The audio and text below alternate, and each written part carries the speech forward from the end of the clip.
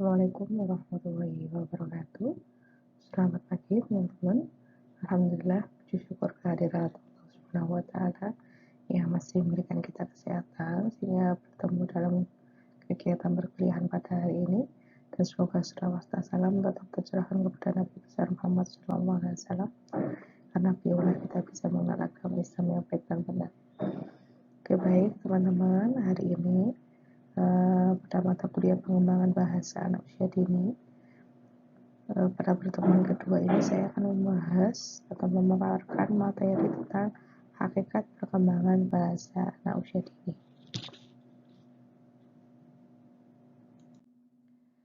Yang pertama adalah definisi bahasa. Apa itu bahasa? Ada yang tahu teman-teman? Karena setiap hari kita pasti menggunakan bahasa ya. Kita tidak pernah terlepas dari bahasa, meskipun itu hanya sekedar bahasa tubuh ataupun bahasa isyarat. Jadi kita tetap menggunakannya begitu. Jadi kalau dari definisi sendiri, bahasa itu merupakan sistem lambang bunyi yang arbiter yang digunakan oleh anggota suatu masyarakat untuk bekerja sama, berinteraksi dan mengidentifikasikan diri.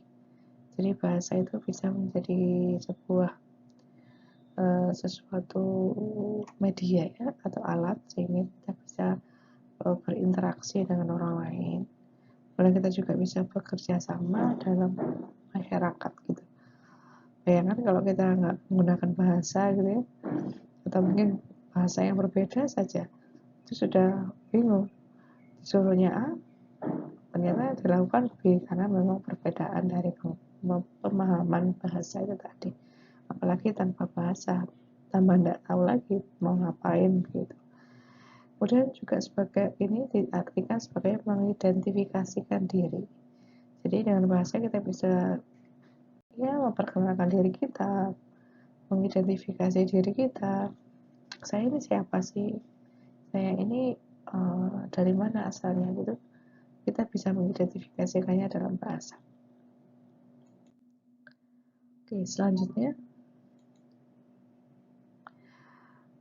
ada pengertian lain ya terkait bahasa, yaitu menurut Keraf tahun 1986. Jadi kalau menurut Keraf sendiri, bahasa itu merupakan sebuah bunyi. Jadi kalau sesuatu itu tidak dibunyikan, maka menurut Keraf itu bukan sebuah bahasa. Jadi harus ada bunyinya. Kemudian ada makna. Jadi tidak hanya sekedar berbunyi, tapi juga bermakna begitu ya. Contohnya ketika kita bilang lapar, berarti berbunyi lapar dan bermakna bahwa kita sedang lapar dan ingin makan sesuatu begitu. Bunyi di sini kalau dari segi definisi itu getaran yang bersifat fisik yang merangsang alat pendengaran kita. Jadi yang bisa kita dengar dengan telinga. Tapi tidak semua yang bisa kita dengar telinga itu adalah bahasa. Kenapa? Contohnya ketika sendok jatuh, apakah tidak berbunyi? Pasti berbunyi, tapi itu bukan termasuk dalam bahasa, karena hanya sekedar berbunyi.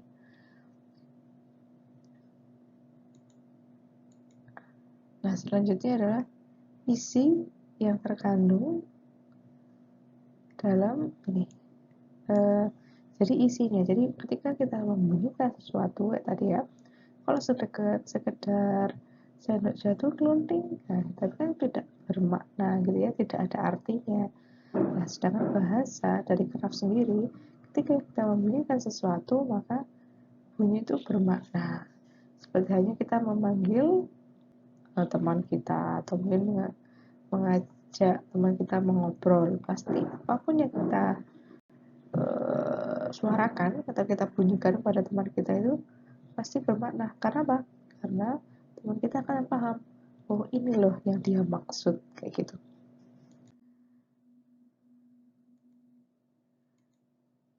Nah, dari Keraf, bahasa itu juga merupakan sarana teman-teman.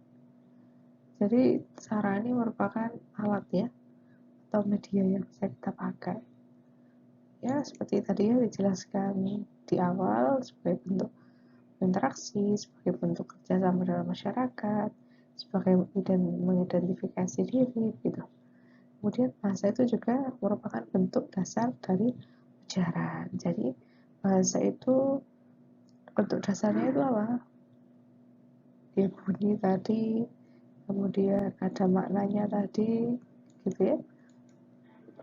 Kenapa kita butuh sarana? Ya karena kita tadi ya sebagai makhluk sosial yang butuh berinteraksi dan bekerja sama, kemudian eksistensinya dapat diakui.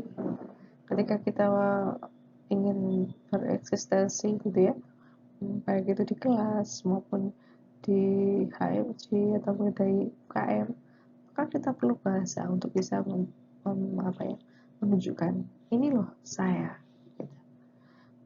Ini loh saya, gitu. Ketika teman-teman diam saja, ya tidak akan terlihat eksistensi dirimu gitu. Atau mungkin melalui karya boleh, atau mungkin melalui argumen-argumen teman-teman. Nah, itu bisa membangkitkan eksistensi kalian dan kalian akan diakui oleh orang lain gitu.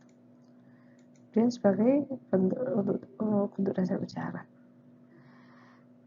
Di sini bahasa sebagai manusia kita tentunya berbeda gitu ya dengan makhluk ciptaan Allah yang lain seperti binatang, seperti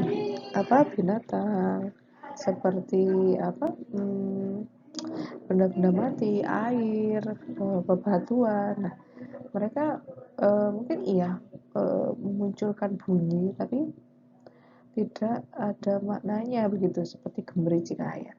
Apakah ketika mendengar gemericik air itu kita bisa memaknakan, wah ini airnya sedang ingin tidur, kan? Tidak juga.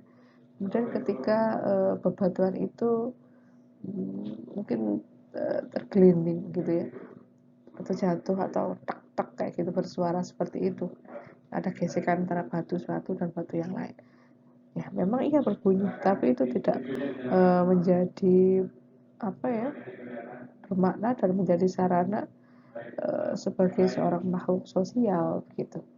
Berbeda dengan manusia ketika mereka mengucapkan sebuah bahasa, tentu saja mereka sedang berinteraksi, tentu saja mereka sedang melaksanakan bentuk-bentuk komunikasi kepada orang lain, dan tentu saja itu merupakan bentuk eksistensi diri dari seorang manusia. Oke, selanjutnya, nah ini beberapa fungsi dari bahasa ya teman-teman. Yang pertama, bahasa menjelaskan keinginan dan kebutuhan individu. Ini jelas ya teman-teman. Ketika teman-teman menjelaskan, saya sedang lapar, saya ingin mengerjakan tugas ini, saya sedang deadline. Nah, kalian bisa memahami itu semua, atau orang lain memahami itu semua ya melalui bahasa. Tidak serta-merta ketika kalian ingin makan, diam aja, apakah itu akan tersampaikan kepada orang lain? Tidak. Tetapi ketika teman-teman pengen mengerjakan tugas gitu ya, secara kelompokan. Nah, ketika kamu tidak mengkomunikasikan itu dengan kelompokmu, ketika dari tangan ini ya teman-teman kita mengerjakan tugasnya, ya tentu mereka tidak akan paham gitu apa yang dimaksudkan. Dan yang kedua, bahasa dapat mengubah dan mengontrol perilaku. Nah, ini teman-teman, bahasa ini dapat mengubah dan mengontrol perilaku ini dalam artian adalah ketika kita menjadi seorang ketua kelas, ketika menjadi kepala daerah, jadi kepala sekolah, ataupun menjadi seorang ibu, maka kontrol kita kepada perilaku orang lain, atau mungkin anak saya ya, sebagai seorang ibu, maka saya pengen mengontrol perilaku anak saya yang sukanya mainan air yang terlalu berlebihan sampai banjir begitu. Saya ingin mengontrol perilaku itu, maka saya harus menggunakan bahasa untuk bisa mengontrol itu. Ayo nak, jangan main airnya secukupnya gitu. Atau jangan main pasirnya tadi ini pasir yang ada di jalanan gitu ya, kotor gitu. Nah, saya bisa mengontrol perilaku anak saya melalui bahasa itu tadi. Yang ketiga, bahasa membantu perkembangan kognitif. Jadi ketika teman-teman perkembangan bahasa kalian itu berkembang pesat, ya otomatis kognitif kalian juga berkembang pesat. Kenapa? Ketika kita ingin berbicara pada orang lain, otomatis kita akan berpikir terlebih dahulu. Atau mungkin ketika kita menyimak orang lain sedang berbicara, tentu saja kosakata yang anak-anak dengar, kalian dengar itu akan terekam dalam otak kalian, yaitu dari kognitifnya yang menyimpan.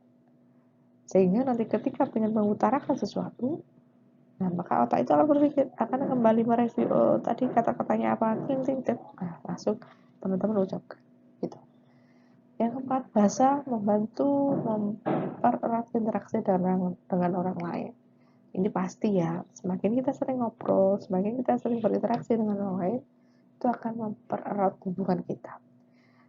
Kan juga nggak mungkin ya teman-teman, ketika kalian tidak pernah ngobrol terus tiba-tiba dekat, itu nggak mungkin. Karena ketika kita berinteraksi tadi ya, teman-teman akan tahu, oh orang ini sefrekuensi nggak sama kita. Biasanya kalau nggak sefrekuensi, biasanya terdelete otomatis. Nah, taunya dari mana ya? Dari komunikasi itu tadi. Banyak kelima adalah bahasa mengekspresikan keunikan tiap individu. Nah, ini terlihat ya teman-teman. Jadi ketika satu individu berbicara, itu pasti punya karakter tersendiri. Dalam menggunakan kata, dalam menggunakan kalimat, itu terlihat. Coba teman-teman lihat ini sekitar teman sekelas kalian, ada nggak cara berbicara yang sama? Pasti enggak, pasti berbeda gitu ya. Jadi kelihatan keunikannya dari apa? Dari bahasanya. Ketika dia berbicara di depan kelas, ketika diajak diskusi, nah kelihatan uniknya dia di mana gitu. Ya, selanjutnya adalah definisi perkembangan bahasa. Jadi yang tadi saya jelaskan adalah bahasa secara umum gitu ya. Jadi bahasa secara umum itu merupakan bunyi atau ujaran yang memiliki makna dan dipergunakan sebagai sarana untuk komunikasi, berinteraksi, dan bekerja sama, termasuk sebagai alat untuk mengidentifikasi diri. Begitu. Nah, ini selanjutnya adalah tentang definisi perkembangan bahasa anak usia dini. Jadi ini mengerucut kepada perkembangan bahasa anak. Jadi apa sih perkembangan bahasa anak usia dini itu? Yang pertama diartikan bertambahnya struktur dan fungsi tubuh yang lebih kompleks. Dalam hal apa? Tentu saja dalam hal berbicara dan bahasa, serta sosialisasi dan kemandirian yang terjadi di masa anak usia dini. Jadi perkembangan bahasa anak usia dini ini merupakan perkembangan gitu ya teman-teman ya. Apa yang berkembang, apa yang bertumbuh, itu struktur dan fungsi tubuh dari anak itu sendiri. Dari segi kognitifnya iya, dari segi bahasanya juga iya. Begitu. Dan itu dari mana asalnya? Nah, dari sosialisasi yang terjadi di masa anak usia dini gitu. Nah, kalau itu terjadi di luar masa usia dini, yaitu di usia 0 sampai 6 tahun, di luar itu, maka itu tidak termasuk perkembangan bahasa AUD. Kenapa? Karena itu sudah kelanjutannya dari perkembangan bahasa anak usia dini. Gitu. Ini ada penjelasan bahwa anak-anak mendapatkan bahasa pertama dari ayah dan ibunya melalui pertanyaan-pertanyaan yang sering diajukan. Respon verbal dan non-verbal yang diakui dan diterima, dan melalui interaksi yang intens. Jadi bahasa pertama yang diterima anak itu berasal dari ayah dan ibunya. Dari segi mereka saat mereka bersosialisasi, mungkin untuk tetangga ataupun teman sekitar di situ masih belum. Karena apa?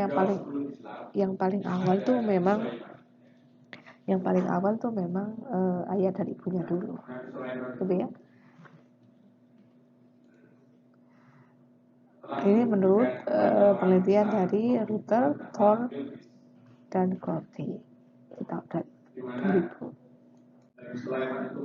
Nah, sini ada bahasa dan berpikir. Jadi bahasa dan berpikir ini teman-teman saling berkaitan ya, seperti yang saya jelaskan tadi. Ketika kognitif seseorang itu, ketika perkembangan bahasa itu berkembang, maka otomatis kognitifnya juga berkembang. Kalau menurut Vygotsky sendiri, bahasa dan berpikir berkembang sebagai suatu kematangan untuk dirinya, dan pikiran dihasilkan oleh bahasa. Anak di sekolah menerima informasi melalui bahasa dan membuat mereka dapat bertanya dan mengorganisasikan pikirannya. Jadi teman-teman, ketika anak-anak di sekolah itu sebenarnya dia mengumpulkan informasi. Lewat apa? Lewat bahasanya, begitu. Dan mereka akan mencoba bertanya dengan teman-temannya, mencoba mengorganisasi pikirannya gitu ya. Apa yang dia dapat di rumah, apa yang dia dapat di sekolah itu dikompen, direkam, dan disimpan gitu. Seperti kata Brunner, bahwa bahasa merupakan instrumen yang kuat untuk menggabungkan pengalaman, yakni yang bisa digunakan sebagai alat mengorganisasi pikiran tentang sesuatu, dan berpikir merupakan elemen dasar dalam seluruh kemampuan bahasa. Tentu saja ya teman-teman, kalau di logika gitu ya, ketika kognitif seseorang itu mengalami gangguan, ya otomatis bahasanya keganggu. Kenapa? Perbendaharaan kata yang mereka memiliki otomatis berkurang atau cenderung sedikit, sehingga yang mau diungkapkan dari bahasanya itu tidak bisa dikeluarkan karena memang sedikit itu tadi, karena kemampuan merekam atau kognitifnya itu juga mengalami gangguan. Maka bahasa dan berpikir ini saling berkaitan satu sama lain dan tidak bisa dipisahkan ya. Dari Steinberg sendiri, bahwa dalam mempelajari bahasa manapun, seseorang pembelajar bahasa awal terlebih dahulu harus mampu memahami makna yang pada akhirnya anak dapat memproduksi bahasanya. Jadi awal-awal anak-anak itu jelas kan dari lahir mereka dengar ayah dan ibunya bicara. Nah, dia akan memahami makna-makna apa yang dikatakan oleh ayah dan ibunya di rumah, atau mungkin ada kakek nenek di rumah ya, bahasa kakek nenek masuk begitu. Dan untuk memperjelas pemaknaan tersebut dibutuhkan proses berpikir. Jadi jelas antara berpikir, bahasa dan berpikir memiliki hubungan yang erat satu sama lain ya, dan tidak dapat dipisahkan. Jadi selain perbendaharaan kata yang banyak, menyimpan memori di kognitif anak tadi, juga mereka memahami tentang maknanya. Seperti definisi di awal, bahwa bahasa tidak hanya sekedar bunyi tapi juga bermakna. Nah, makna itu juga diperoleh anak, disimpan dalam memori otaknya. Dan ketika mereka tidak paham ya, kadang anak usia dia tanya, itu apa sih artinya? Ya ampun gitu ya, anak saya tanya, ya ampun mama, ya ampun itu apa artinya? Karena mereka nggak paham apa itu ya ampun gitu ya. Padahal ya ampun itu seperti ekspresif ya, bahasa ekspresif, dimana kita mengekspresikan kadang negatif, kadang positif ya, tapi cenderungnya ke negatif. Dalam artian gini, ketika ya ampun kelupaan menaruh barang atau kelupaan kunci kontak sepedanya tidak diambil, kan ya ampun kontaknya lupa gitu. Jadi sebenarnya itu ya ampun ekspresi kekagetan dan kekhawatiran yang menjadi satu begitu. Jadi kalau teman-teman pengen menjelaskan ke anak usia ini ya jelaskan secara ilmiah, tidak apa-apa. Nanti kalau nggak ngerti ya nggak masalah gitu. Itu akan tersimpan dalam memorinya. Biar mereka yang mengolah sendiri gitu ya. Oke, selanjutnya berbahasa dan berbicara. Setelah kita bahas berbahasa dan berpikir, sekarang kita membahas berbahasa dan berbicara. Pengertian antara berbahasa dan berbicara adalah dua hal yang serupa, tapi tidak sama. Serupa karena kedua-duanya dihasilkan oleh pikiran manusia. Jadi bahasa itu berasal dari pikiran, kita pengen ngomong atau kita pengen berbicara pun dari pikiran manusia. Kecuali pada saudara kita yang kurang beruntung. Ya, ini maksudnya adalah ketika seseorang lahir karena ada gangguan dalam perkembangan bahasanya ataupun perkembangan kognitifnya begitu ya. Sedangkan ketidaksamaannya adalah bahwa di antara keduanya memang berbeda. Untuk mengetahui kesamaan dan perbedaan di antara keduanya, pada bagian ini kita akan membicarakan tentang yang pertama, pengertiannya. Jadi bahasanya apa, berbicaranya apa. Terus kemudian proses berbicaranya seperti apa, begitu. Oke, kita awali dengan pengertiannya dulu ya. Pengertian berbahasa dan berbicara. Masalah perkembangan anak yang sering dipersoalkan adalah tentang kapankah anak menguasai bahasa dan kapankah anak menguasai bicara, gitu ya. Termansyah tahun 96 menjelaskan bahwa bahasa berkembang terlebih dahulu baru diikuti bicara. Dikatakan lagi lebih lanjut bahwa masalah tersebut dapat dibuktikan dengan kurangnya atau tidak dimilikinya perbendaharaan kata atau kosakata pada anak, sehingga anak tidak dapat berbicara.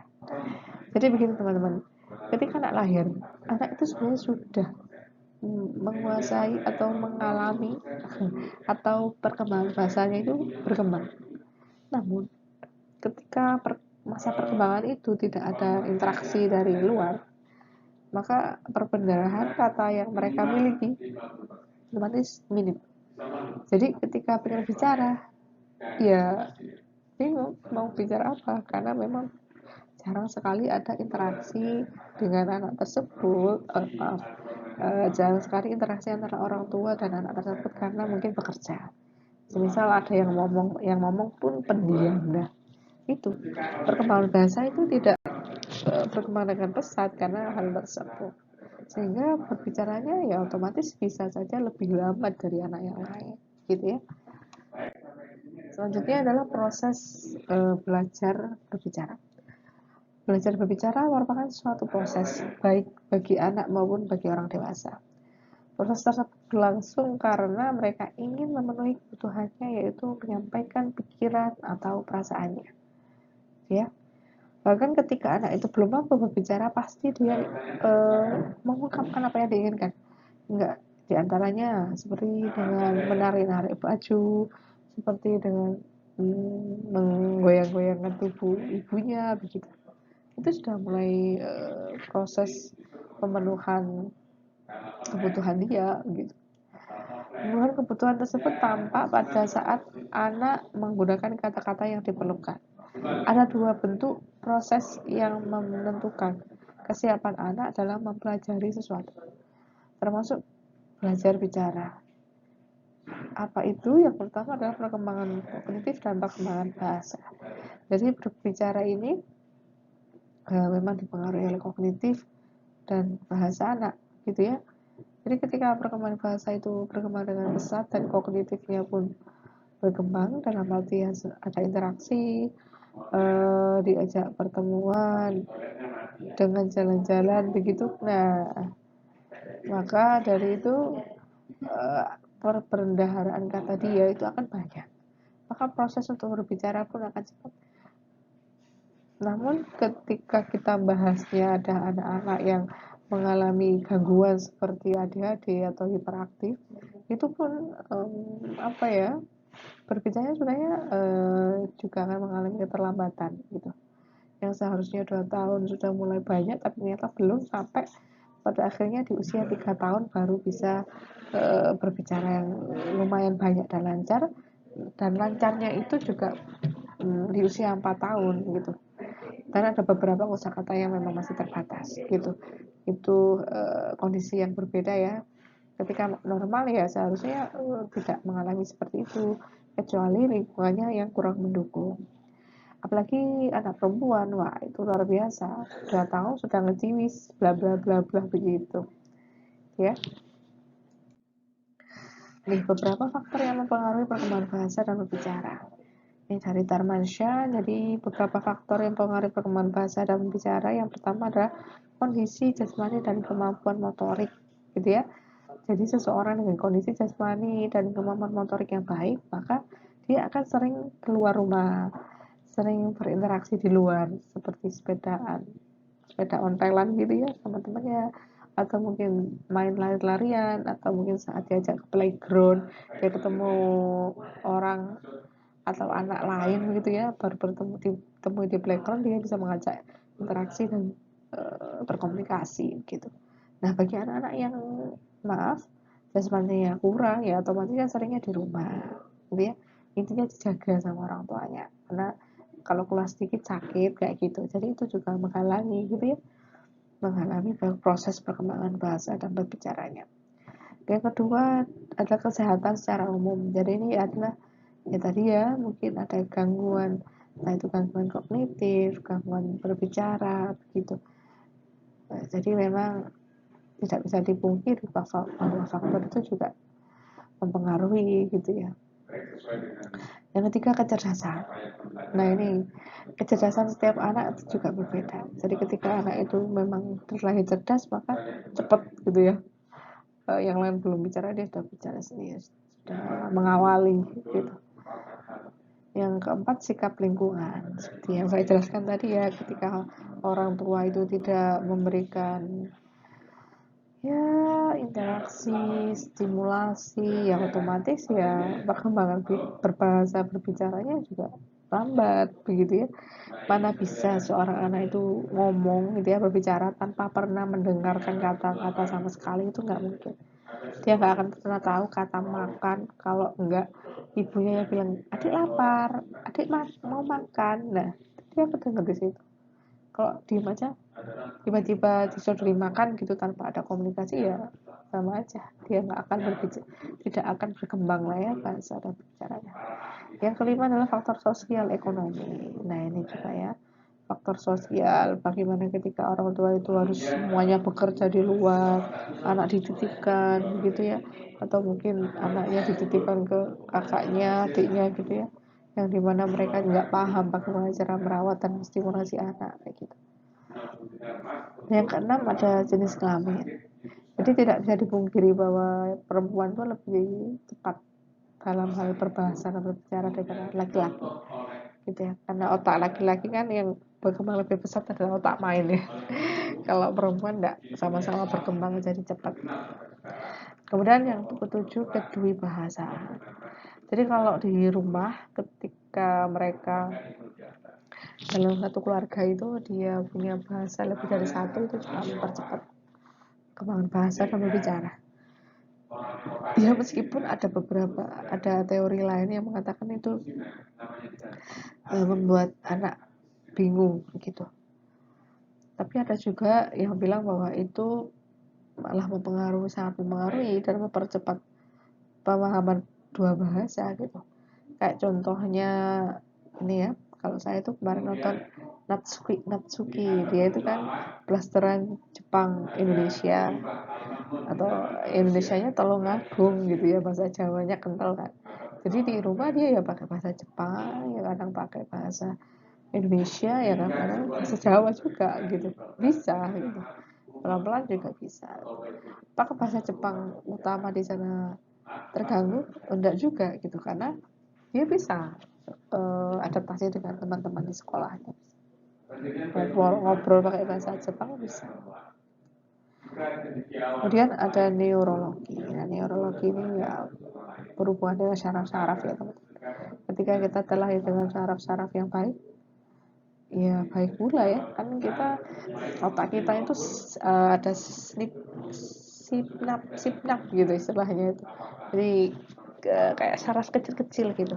Nah ketika saraf kecil itu bisa banyak rumbu gitu ya, kayak tanaman. Nah itu semakin cerdas anak itu. Apalagi perkembangan bahasa, otomatis kosakata itu tambah banyak, jadi kayak rimbun, kayak pohon beringin kayak gitu, besar dan banyak sekali sinap-sinapnya atau akar-akar kecil-kecilnya gitu. Nah itu jika terlahir dengan sinap yang banyak dan bagus, ya otomatis juga akan mempengaruhi bahasa. Apalagi tapi kalau itu tidak tidak terlalu banyak sirapnya, atau mungkin memang karena saat gizi dalam kandungan kurang juga mempengaruhi gitu kan, karena berhubungan dengan ini saraf otak gitu ya. Maka penting ibu hamil itu mengkonsumsi vitamin, minyak ikan dan lain sebagainya.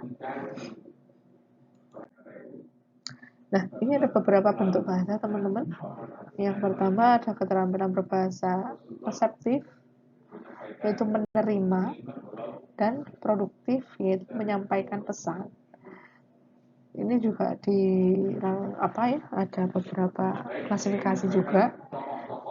Lisan dan langsung, itu menyimak dan berbicara gitu ya. Kalau tertulis dan tidak langsung itu membaca dan menulis. Kalau yang menerima pesan ya menyimak dan membaca, yang produktif ya berbicara dan menulis. Jadi ini beberapa bentuk gitu ya, dan teman-teman harus pahami mana bahasa reseptif, mana bahasa produktif, mana yang lisan dan langsung, mana yang tertulis dan tidak tertulis. Teman-teman harus paham itu. Nah, kita akan bahas tentang bahasa pertama. Bahasa pertama tadi dari mana? Dari ayah dan ibunya. Yang khusus ya tentu saja ibunya, karena dari bayi anak lahir ya sama ibunya, menyusu sama ibunya, dirawat pun sama ibunya, karena ayahnya pergi bekerja gitu kan ya. Bahasa pertama yaitu bahasa yang diperoleh dari pengasuhnya, khususnya dari ibunya. Bahasa pertama atau B1 itulah yang digunakan sebagai dasar untuk mengembangkan bahasa kedua atau B2. Bahasa kedua adalah bahasa yang diperoleh anak setelah mereka memperoleh bahasa pertama. Jadi ketika anak sudah dikenalkan bahasa lewat ibunya gitu ya, dia akan diperkenalkan bahasa kedua lewat bangku sekolah gitu. Dalam kehidupan anak di masyarakat banyak faktor yang dapat mempengaruhi pemerolehan bahasa, khususnya bahasa kedua. Hal tersebut dapat dilihat dari lingkungan bahasa yang digunakan, segi usia, kepribadian, dan bahasa pertama mereka. Sekalipun demikian, guru tetaplah dituntut untuk menguasai permasalahan yang ada pada anak, termasuk masalah perbedaan individunya. Untuk itu, pembaca setelah jadi setelah memahami materi yang saya sampaikan, teman-teman paham bahwa anak-anak itu memperoleh bahasa itu dari mana? Ya dari bahasa pertama, begitu ya. Faktor penentunya yang tadi saya jelaskan tadi. Dan bahasa pertama ya tentu saja sangat berperan gitu ya. Ketika sudah berkembang ya otomatis bahasa kedua bisa mengikuti begitu.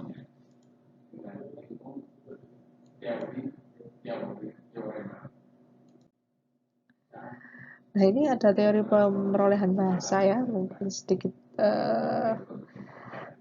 teman-teman perlu tahu. Jadi teori pemerolehan bahasa adalah suatu proses aktif dan sangat kompleks. Tidak ada seorang pun di antara kita yang mengetahui secara pasti proses pemerolehan tersebut hingga anak mampu berbahasa. Jadi prosesnya itu di dalam otak ya teman-teman ya. Jadi kita nggak lihat gitu. Tampaknya anak dapat berbahasa karena ia menyatu dalam kehidupan di sekitarnya secara alamiah sehingga anak memperoleh bahasa. Jadi secara alami. Jadi kalau dibilang teorinya ini begini ya, tapi secara real ya kita nggak bisa lihat. Nah, ini kajian tentang pemerolehan bahasa anak telah berkembang sebagai teori pemerolehan bahasa. Teori tersebut semuanya didasarkan pada teori perkembangan anak. Seperti yang pertama, teori behavioral, teori maturasional, teori preformasionis, teori perkembangan kognitif, dan teori psikososiolinguistik.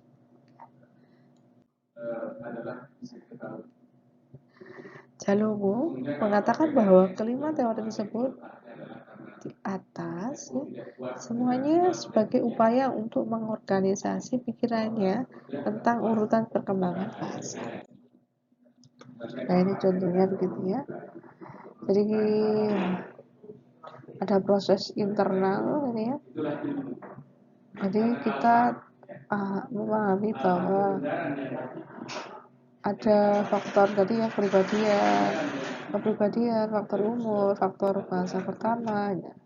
Kemudian lingkungan anak, kemudian difilter oleh dalam otak anak, kemudian diorganisir, kemudian dimonitor, barulah disampaikan ke luar melalui bentuk berbicara. Nah, pengaruh pemerolehan bahasa kedua atau B2. Lingkungan bahasa adalah segala sesuatu yang didengar dan dilihat pelajar bahasa atau anak dalam belajar B2. yakni bahasa yang digunakan dalam berkomunikasi sehari-hari oleh masyarakat tempat pelajar bahasa atau anak sedang mempelajari bahasa kedua. Lingkungan dapat berupa situasi bahasa yang luas, gitu ya, dan lingkungan yang sempit. Apa itu lingkungan bahasa yang luas dan yang sempit? Kita bahas. Jadi lingkungan bahasa yang makro ini terdapat faktor. Ya, yang pertama adalah kealamian bahasa yang didengar. Yang kedua, peranan pelajar bahasa atau anak dalam berkomunikasi. Dan yang ketiga adalah tersedianya acuan konkret untuk memperjelas makna dan orang yang menjadi model B2. Jadi dalam perolehan bahasa kedua sebenarnya ini adalah interaksi lingkungan makro anak, dan ada 4 faktor ini. Dan yang mikronya ini yang menonjol adalah struktur yang bahasa yang didengar. Misalnya perbandingan kata, sepak, bapak, payung, gayung, medan, sedan, dan sebagainya. Umpan balik kawan bicara dan keseringan dalam berbicara, yakni seberapa banyak pelajar bahasa atau anak mendengar atau melihat struktur yang disuguhkan kepadanya. Dan pengaruh yang kedua adalah pengaruh dari faktor diri anak tersebut. Jadi ketika anak ingin pemerolehan bahasa keduanya itu diperoleh dari lingkungan makro, dari faktornya bahwa secara alamiah begitu ya, ketika anak interaksi dengan guru, bagaimana guru menjelaskan maknanya, bagaimana guru menjadi role model anak gitu, itu secara makro. Kalau mikronya itu bahasa itu sendiri, strukturnya itu anak didengarkan ya, diperdengarkan macam-macam bentuk bahasa begitu secara struktural. Dan tentu saja yang mempengaruhi ya diri mereka sendiri ya, secara kognitifnya tidak ada gangguan, secara bahasanya pun juga tidak ada. Maka pemerolehan bahasa keduanya akan mudah buat Anda. Kalau dari faktor internal sendiri, yang pertama tadi ya sudah dijelaskan, ada kepribadian, ada umur, dan ada motivasi. Oke, terima kasih teman-teman. Itu presentasi saya untuk mata kuliah pengembangan bahasa anak usia dini. Silahkan dirangkum begitu ya. Kemudian kalau ada pertanyaan silahkan ditulis juga, nanti dikirim di Sepada gitu ya. Oke, terima kasih. Kurang lebihnya saya mohon maaf ya. Saya akhiri. Assalamualaikum warahmatullahi wabarakatuh.